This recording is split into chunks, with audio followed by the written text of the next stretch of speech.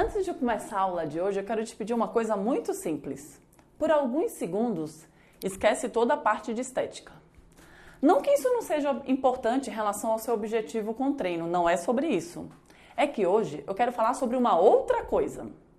Eu quero te fazer uma pergunta que talvez você já tenha se feito essa pergunta em algum momento da sua vida. Mas é que hoje eu quero aprofundar um pouco mais nesse tema.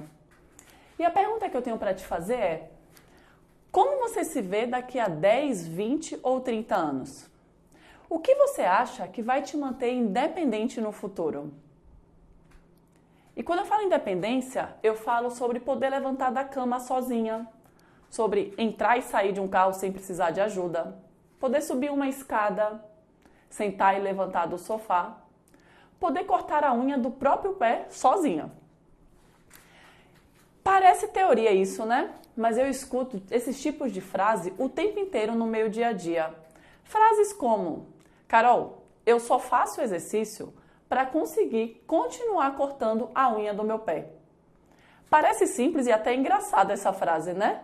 Mas eu vou te mostrar que eu recebo realmente esse tipo de mensagem. Nesse print aqui, ó, onde a aluna fala da meta dela.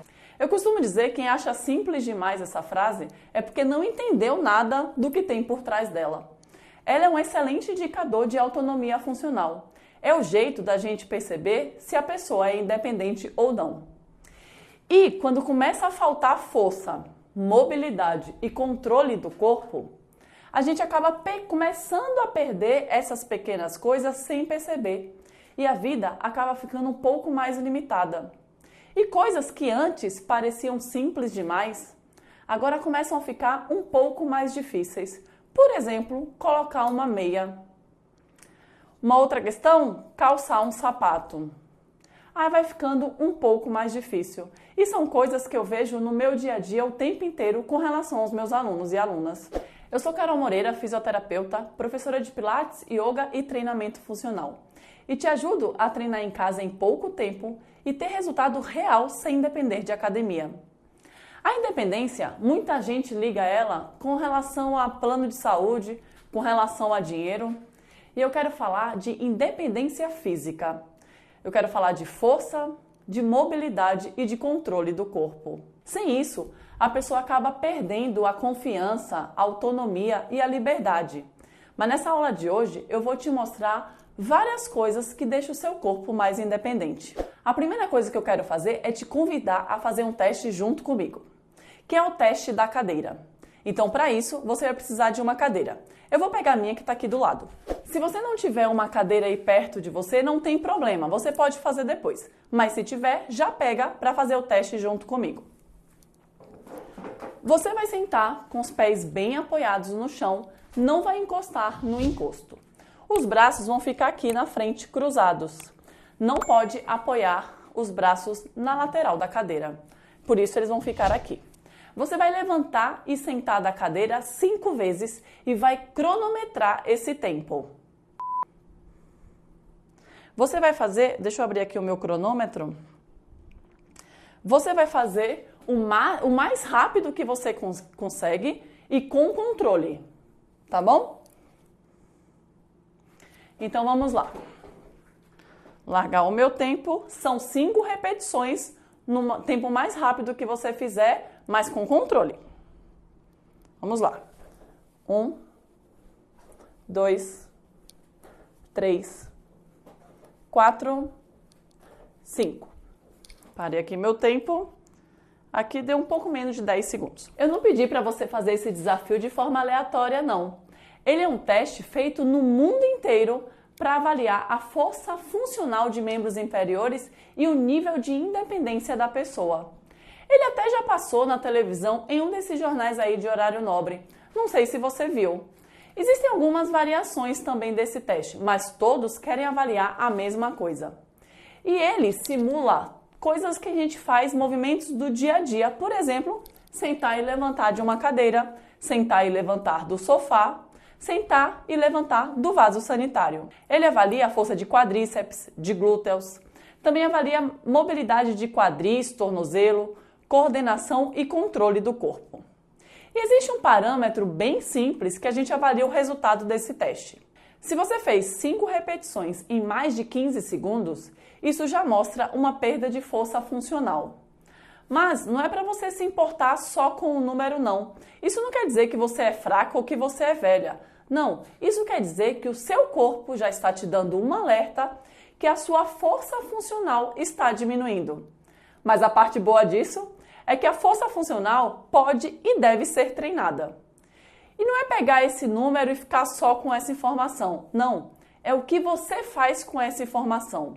Não é pensar, eu não consigo, o que é que tem de errado comigo? Não é pensar nisso, é pensar, o que é que eu posso fazer para que esse movimento de sentar e levantar fique mais fácil. E tudo que eu vou te mostrar nessa aula de hoje é para que esse movimento de sentar e levantar seja feito com menos esforço e mais natural. Eu vou chegar a cadeira aqui para o lado. E aqui entra a primeira objeção. Carol, mas eu sinto dor no joelho e não posso agachar. Foi o meu médico que disse. Você não tem ideia do quanto eu ouço isso no meu dia a dia. As pessoas chegam para mim, os meus alunos e alunas, e falam assim, Carol, eu tô com dor no joelho e meu médico proibiu de fazer agachamento. E eu falei, e eu penso, sério? Eu tenho certeza, o médico ele não proíbe ninguém de fazer agachamento. O que ele proíbe é a forma como você está fazendo o agachamento. E nesse momento, esse agachamento que você está fazendo está gerando uma sobrecarga no seu joelho, o que gera a sua dor. Porque o agachamento, ele é um movimento funcional. Ele não é um exercício criado em academia, não. Você faz ele o tempo inteiro, o dia inteiro, no seu dia a dia. Por exemplo, quando você senta e levanta do sofá. Quando você senta e levanta do vaso sanitário. Quando você entra e sai do carro. Então, o agachamento ele é funcional. E quando o corpo não está preparado para ele, é que gera as compensações. E pode ser por falta de força, por falta de mobilidade. E quem acaba sofrendo com isso são os joelhos ou a própria coluna lombar mesmo. Então, o que eu costumo dizer é que o movimento ele não é o vilão, mas a falta de preparo sim. Eu vejo muita gente que nem sabe fazer um agachamento correto, mas quer fazer um agachamento profundo, com uma amplitude de movimento grande, ou já quer colocar carga, agachar com peso, por exemplo. Eu costumo dizer que antes de você fazer um agachamento com uma amplitude de movimento grande, um agachamento profundo, ou colocar uma carga para agachar, você precisa fazer um agachamento bem feito, um agachamento livre, bem feito. Esse movimento aqui. Então, para isso, você precisa fortalecer quadríceps, fortalecer glúteos, trabalhar a mobilidade de quadris e tornozelos, aprender a ativar o core. E aí você agacha e evolui progredindo com carga, com amplitude de movimento. Normalmente, quem chega para mim com dor, eu nunca peço para fazer um agachamento profundo. Eu peço algo muito simples, por exemplo,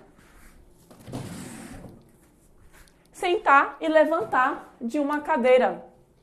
Esse movimento aqui, que é o movimento de agachar, que é um agachamento funcional que a gente faz o tempo inteiro no dia a dia. Mas é aí que vem uma outra objeção.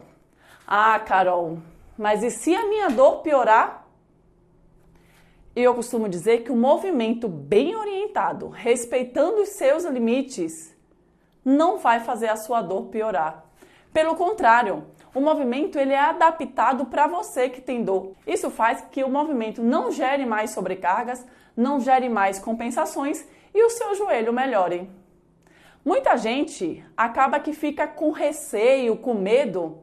Eu costumo dizer que esse medo não é por falta de fraqueza muscular, é por falta de confiança no corpo. Só que isso você constrói com o treino certo, adaptado para você e não abandonando o treino. E é o que muita gente faz. Quando a pessoa sente dor no joelho e o médico proíbe de agachar, a primeira coisa que ela faz é parar de fazer exercício. Bom, e aqui é que entra algo muito importante e vai fazer toda a diferença na sua independência no futuro. Eu quero falar de glúteos fortes e eu não estou falando de estética. Lembra que a gente combinou lá no início da aula que a gente não ia falar sobre estética? Então, os glúteos, eles são os principais estabilizadores de quadris e joelhos. São eles que ajudam a gente a caminhar, a subir uma escada, a entrar e sair do carro, por exemplo, ou a pegar um objeto no chão. Quando os glúteos estão fracos, isso acaba gerando uma compensação em joelhos e quadris. E aí que vem algumas objeções. O meu joelho dói, a minha lombar está travada, eu não consigo mais levantar do sofá como eu levantava antes, por causa de glúteos fracos. Mas aí sempre tem aquele grupo de pessoas que fala para mim assim: ah, Carol, mas eu caminho todos os dias. E isso eu sinto que trabalha os meus glúteos, que está fortalecendo os glúteos. Bom, calma. Eu costumo dizer para os meus alunos e alunas e as pessoas que eu conheço que caminhar é maravilhoso. Inclusive, eu indico isso para todo mundo.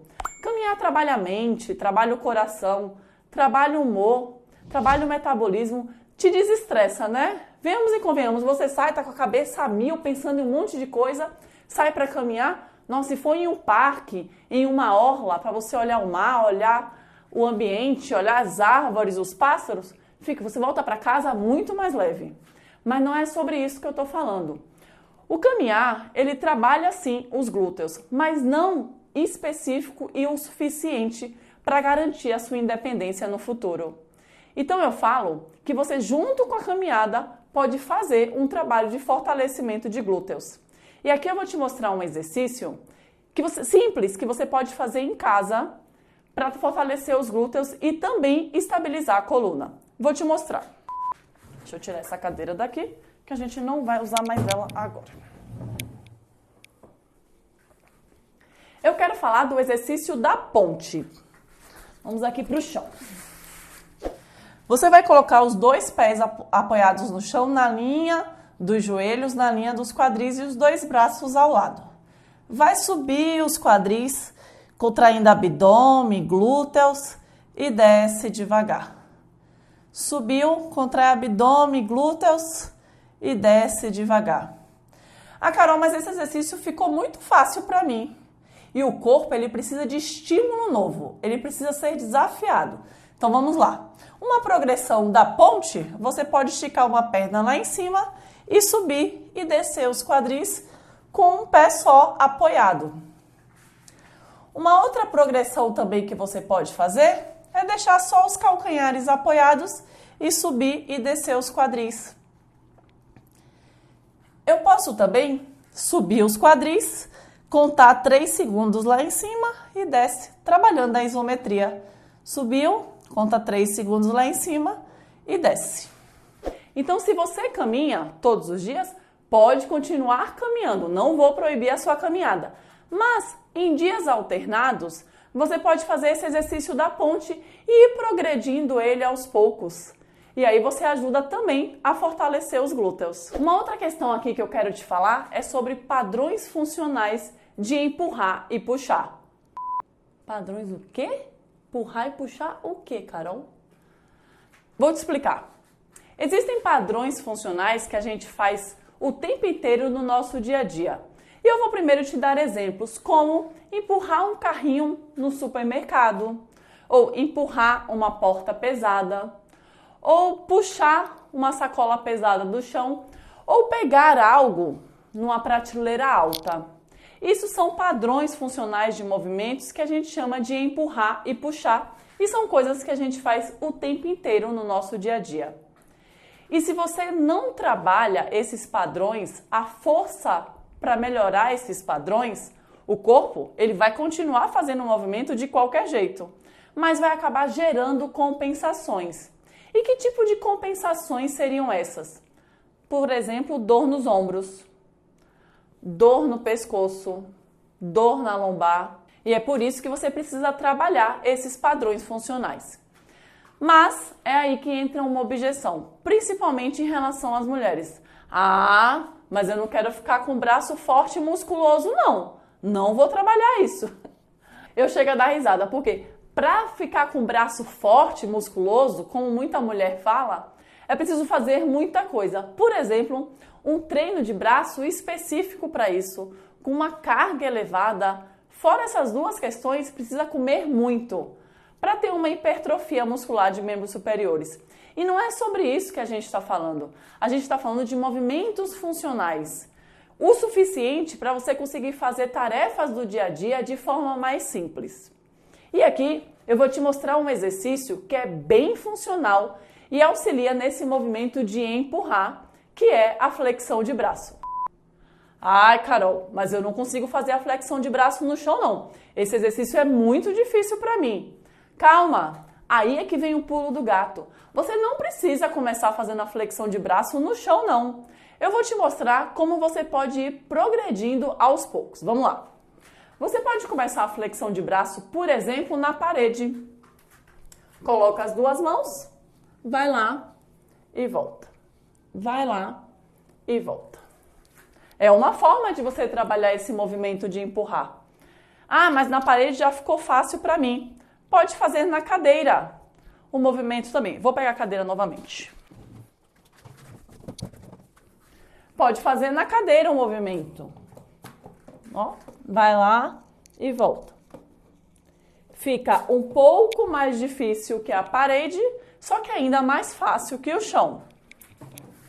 Ah, mas a cadeira já ficou fácil para mim. Então vamos para o chão. Mas ainda não consigo fazer a flexão completa. Não tem problema. Faz a flexão com os joelhos apoiados. Apoia os joelhos e faz a flexão. Carol, eu acho que agora eu já consigo fazer a flexão normal. Então vamos para a flexão normal. Ó. E essa flexão, por mais que seja um movimento mais simples de fazer, simples para quem, Carol? Eu quis dizer simples no sentido de que você só precisa do peso do seu próprio corpo. É um exercício que te ajuda, por exemplo, a levantar da cama sem apoio de uma outra pessoa. Então, é um movimento muito funcional. Mas o oposto de empurrar vem o movimento de puxar, que é o que te ajuda, por exemplo, a puxar uma sacola pesada do chão ou segurar um peso de mercado mesmo.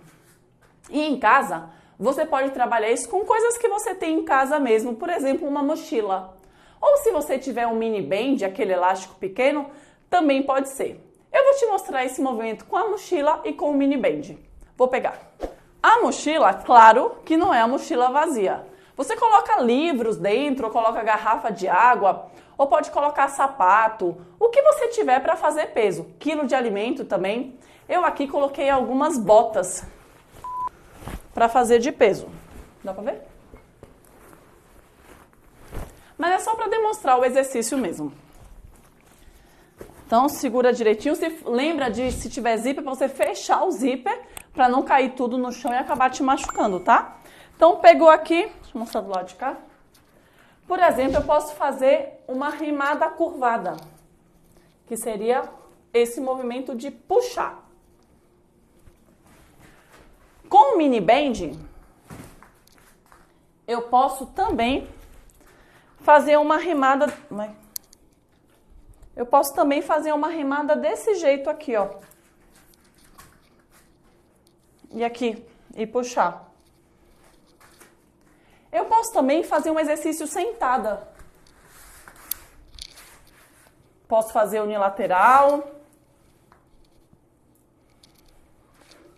Lembrando sempre de ajeitar os glúteos para sentar sobre os isquios. Ó, e posso fazer os dois braços juntos. Como eu falei, são exercícios que simulam movimentos do dia a dia. Por exemplo, pegar uma sacola pesada no chão, ou pegar algo no alto da prateleira, ou puxar um portão forte para você conseguir abrir. E o que eu costumo dizer é que treinar esses padrões faz você ficar com um corpo mais eficiente e você conseguir fazer tarefas simples do dia a dia sem precisar da ajuda de ninguém. Agora eu quero trazer aqui para você uma outra parte do corpo que a maioria das pessoas acha que sabe como funciona, mas não sabe como trabalhar. E eu quero falar aqui do core. O core não é só sobre abdominal. O core é o que a gente chama de cinturão de força ou powerhouse. É o diafragma, os oblíquos, os abdominais, o períneo, os glúteos e a musculatura profunda das costas. É quem ajuda a sustentar e estabilizar o corpo. O core, por exemplo, é quem protege a coluna lombar, principalmente, quando você pega algo muito pesado. Aí entra uma objeção. A pessoa fala pra mim, mas eu faço abdominal todos os dias, então o meu core é forte.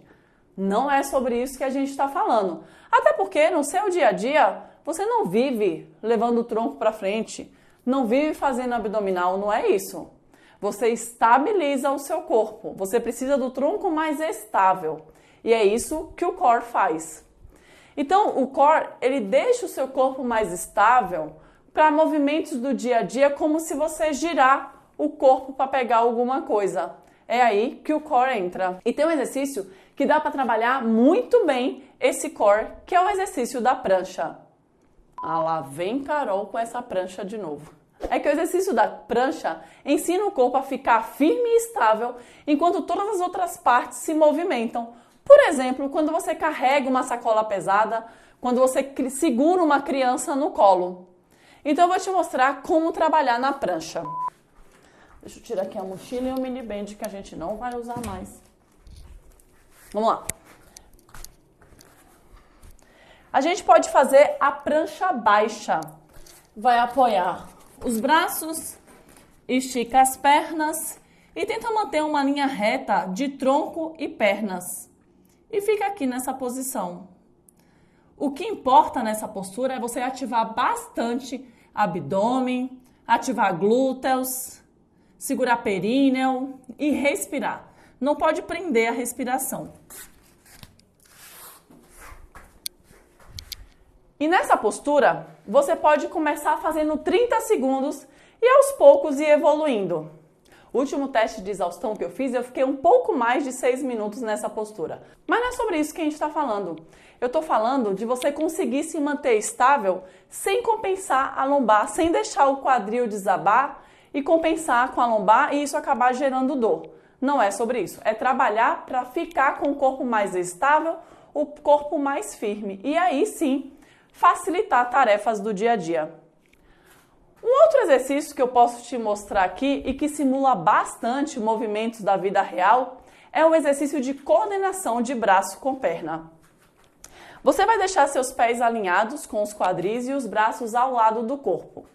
E aí, pensando em contrair abdômen, contrair glúteos, respirar e olhar num ponto fixo, você vai levantar perna e braço e volta. Levanta perna e braço e volta. Perna e braço contrários.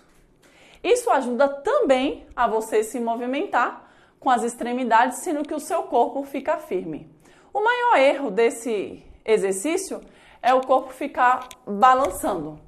Isso sim mostra a falta de controle do seu core. E agora, para finalizar a aula, eu deixei algo que provavelmente você já ouviu algumas vezes. Eu ouço bastante sobre isso. Você já deve ter ouvido da sua tia, da sua vizinha, da sua mãe, da sua amiga, do seu avô, que é sobre o medo de cair. As pessoas acabam deixando de sair de casa, de caminhar sozinha, de viajar sozinha, simplesmente por falta de confiança no corpo. A pessoa pensa, e se eu tropeçar? E se eu cair? E se não tiver ninguém por perto? E é aí que o mundo acaba ficando do tamanho da sala e a pessoa acaba deixando de viver. Mas também aqui entra uma objeção. A pessoa fala para mim, Carol, mas eu sou muito desastrada, sempre fui desequilibrada. Todo mundo na família sempre comenta isso. Mas eu digo para a pessoa com muito carinho, você não é desastrada e nem desequilibrada. Você só não aprendeu a treinar equilíbrio da forma correta. E o que eu falo de equilíbrio não é simplesmente ficar na ponta do pé e treinar equilíbrio assim. Vai muito além disso. Bom, e como é que a gente pode trabalhar o equilíbrio começando com esse de ficar em um pé só? Então você vai olhar no ponto fixo à sua frente e vai descarregar o peso do seu corpo em uma perna. Eu escolhi a perna direita. E aí a perna esquerda ela já fica mais leve, sem apoio. Então, ou você pode colocar o seu pé levemente apoiado no chão ou tirar do chão. E aí você vai ficar aqui, 10, 20 segundos parada. E aí você pode também trabalhar do outro lado. Não deixar de respirar, respirando, olhando um ponto fixo à sua frente. Isso já faz diferença. Aí você fala pra mim, Carol, mas eu não tenho tempo para ficar treinando equilíbrio no meu dia a dia, não. Tudo bem, então, a gente pode trabalhar sem separar um tempo para isso. Como é que a gente pode fazer? Trabalhar o equilíbrio enquanto você faz outra coisa do dia a dia. O quê? Como é que eu vou fazer outra coisa e trabalhar equilíbrio ao mesmo tempo? Calma. Por exemplo, quando você está escovando o dente, você pode escovar o dente com um pé só. E aí depois trocar. Inclusive, abrindo um parêntese aqui, você pode também tentar escovar o dente com a outra mão. Isso também ajuda a trabalhar o seu cérebro. Só queria lembrar disso também. Você pode também, enquanto você está lavando louça, colocar aqui o pé, já trabalha equilíbrio assim também. Quantas pessoas você não já viu lavar a louça assim, sem nem saber que estava trabalhando equilíbrio? Uma outra questão também que você pode fazer é tentar calçar um tênis ou uma meia em pé, mas com controle. São tarefas que parecem simples, né? Mas ao longo do tempo, isso faz uma diferença enorme para a sua autonomia e independência. E eu costumo dizer que equilíbrio não é só sobre não cair. É sobre ter liberdade. É sobre você voltar a caminhar sozinha, viajar sozinha. Subir uma escada sem medo é viver sem medo. Quanto mais medo a pessoa tem, menos ela se mexe. Quanto menos ela se mexe, pior fica o equilíbrio. E aí vira um ciclo vicioso. Que se você só resolve isso se você treinar o equilíbrio. E quando você treina, você cria muito mais confiança no seu corpo. E agora a gente vai responder com um pouco mais de maturidade aquela pergunta que eu te fiz lá no início. O que é que você acha que vai te manter independente no seu futuro? E independência não é sobre treinar com intensidade, treinar mais. É sobre treinar com consciência, respeitando o seu corpo e o seu limite. A independência ela não aparece ou desaparece do dia para a noite, não é assim. E a gente viu isso ao longo dessa aula.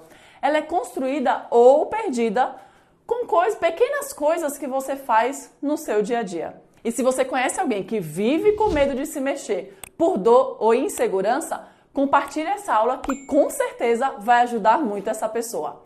E se você não é inscrita no canal, também se inscreve para não perder mais nenhuma aula como essa. Muito obrigada pela sua companhia e a gente se vê na próxima aula.